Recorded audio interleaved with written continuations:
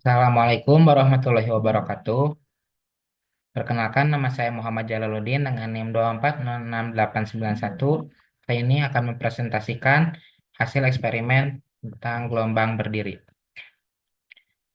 Untuk pendahuluan ada tiga bagian. Yang pertama, rumusan masalah. Bagaimana pengaruh ketegangan tali terhadap cepat rambat gelombang berdiri pada alat melde? Apakah terdapat hubungan langsung antara frekuensi gelombang berdiri dan cepat rambatnya? Sejauh mana perubahan frekuensi mempengaruhi panjang gelombang pada gelombang berdiri?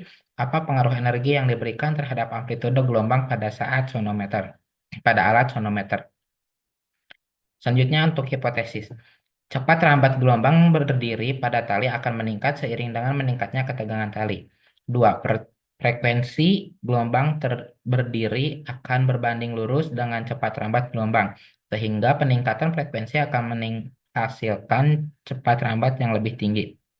Tiga, panjang gelombang pada gelombang berdiri akan berkurang ketika frekuensi meningkat sesuai dengan hubungan invers antara panjang gelombang dan frekuensi. Empat, amplitudo pada alat sonometer dipengaruhi oleh energi yang diberikan. Semakin besar energi yang diterapkan, semakin besar amplitudo yang dihasilkan.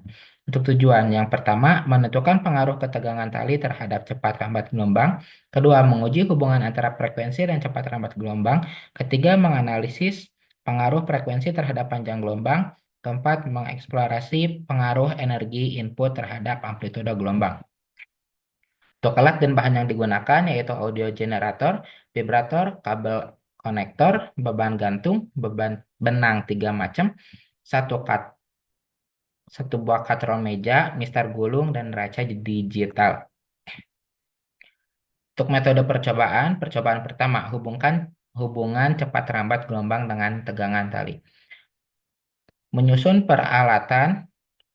Dua, mengukur pada masing-masing beban yang akan digunakan. Tiga, menentukan jenis tali yang akan digunakan, kemudian mengukur massa persatuan panjang dari tali tersebut. Empat, menghubungkan audio generator dan vibrator dengan sumber tegangan, menyalakan audio generator dan vibrator. Selanjutnya, mengatur frekuensi audio generator, tegangan dawai, dan panjang dawai agar pada abai tertentu gelombang stasioner. Selanjutnya, menambahkan beban gantung pada tempatnya. Tujuh, menghitung banyak gelombang yang terbentuk, kemudian mencatatnya. Dan yang terakhir, mengulangi langkah 6 dan 7 sebanyak 5 kali dengan besar beban yang berbeda-beda. Untuk percobaan 2, hubungan cepat rambat gelombang dengan kerapatan massa linear. Yang pertama, mengukur massa persatuan panjang massa masing-masing tali, kemudian mencatat hasilnya.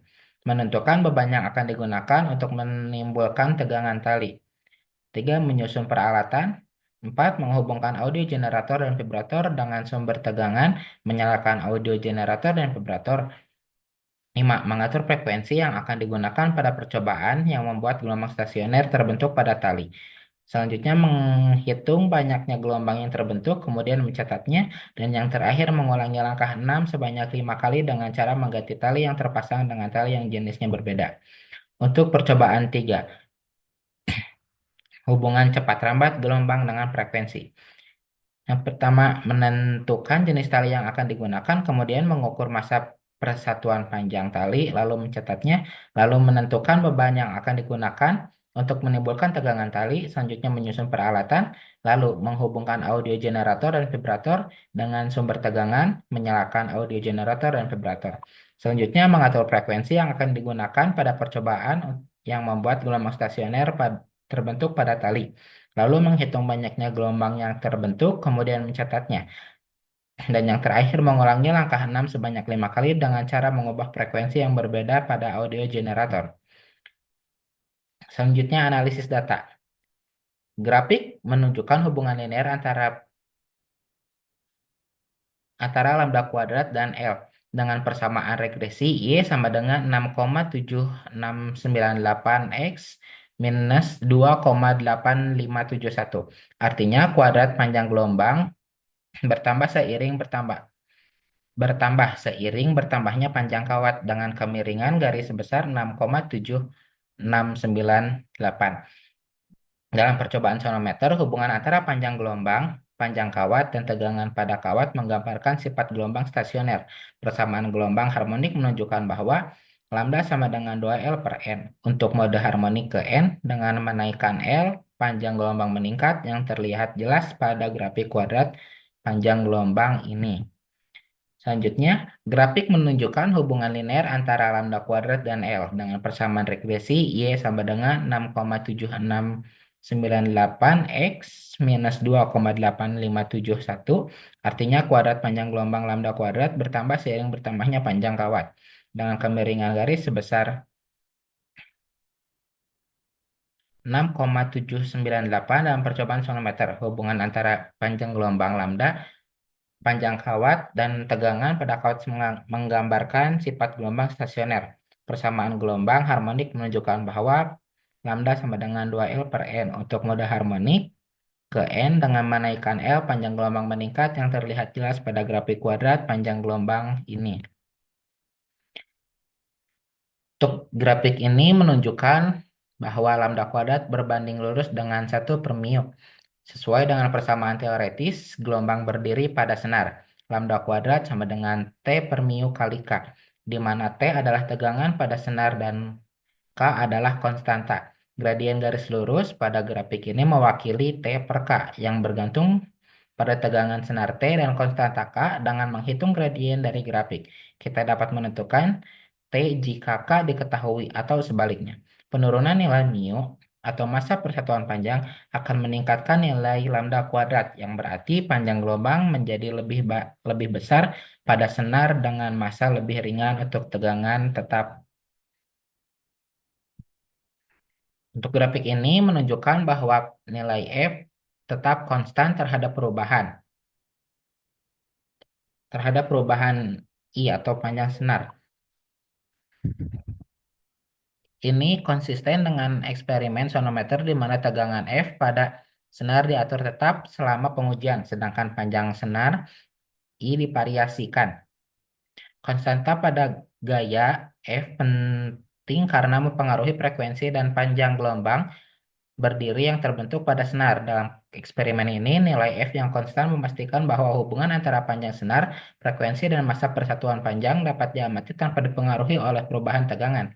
Gaya tegangan F biasanya dipertahankan konstan agar pengaruh F dapat dieliminasi saat mengamati hubungan antara frekuensi dan panjang senar. Dengan F konstan, perubahan panjang senar mempengaruhi frekuensi resonansi. Panjang senar yang lebih pendek menghasilkan frekuensi lebih tinggi.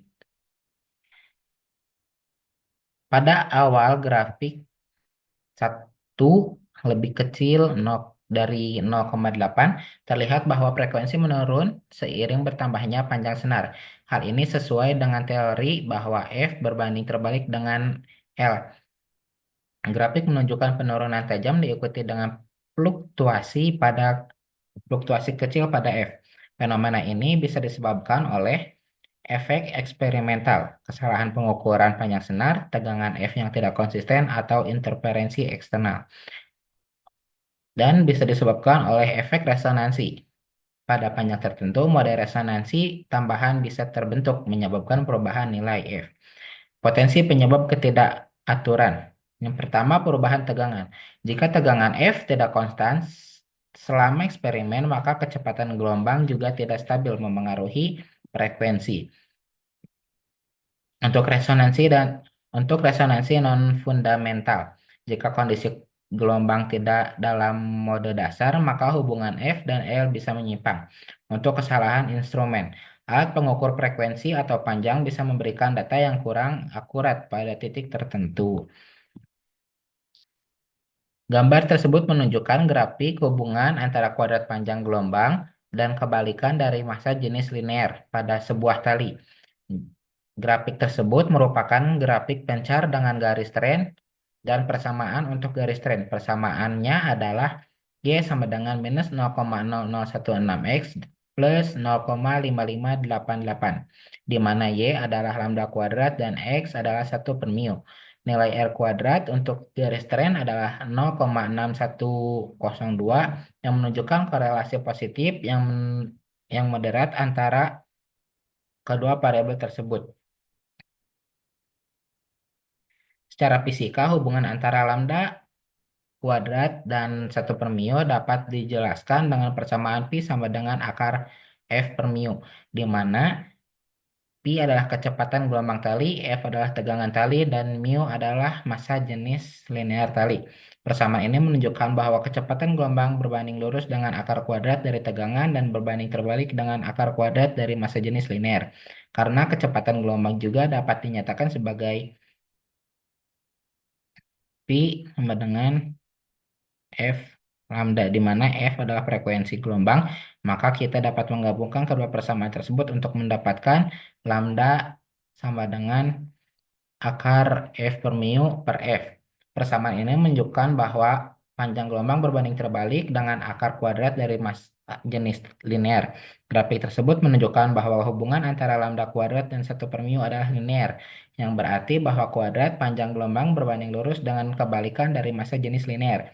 Hal ini sesuai dengan persamaan di atas karena kuadrat panjang gelombang berbanding terbalik dengan massa jenis linear.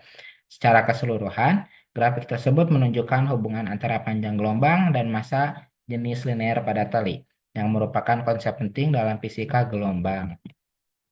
Kesimpulannya, eh, kesimpulannya gelombang berdiri terbentuk ketika dua gelombang identik yang merambat berlawanan arah bertemu dan mengalami interferensi, memiliki titik-titik tetap yang disebut simpul, dan titik-titik yang dengan amplitudo maksimum yang disebut perut atau antinode. Frekuensi gelombang berdiri ditentukan oleh panjang tali dan kecepatan gelombang pada tali. Sonometer adalah alat yang digunakan untuk mempelajari gelombang berdasarkan gelombang berdiri pada tali.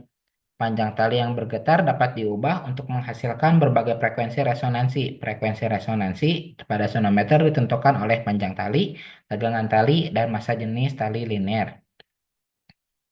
Eksperimen Melde adalah eksperimen yang digunakan tali dihubungkan pada vibrator untuk mempelajari gelombang berdiri.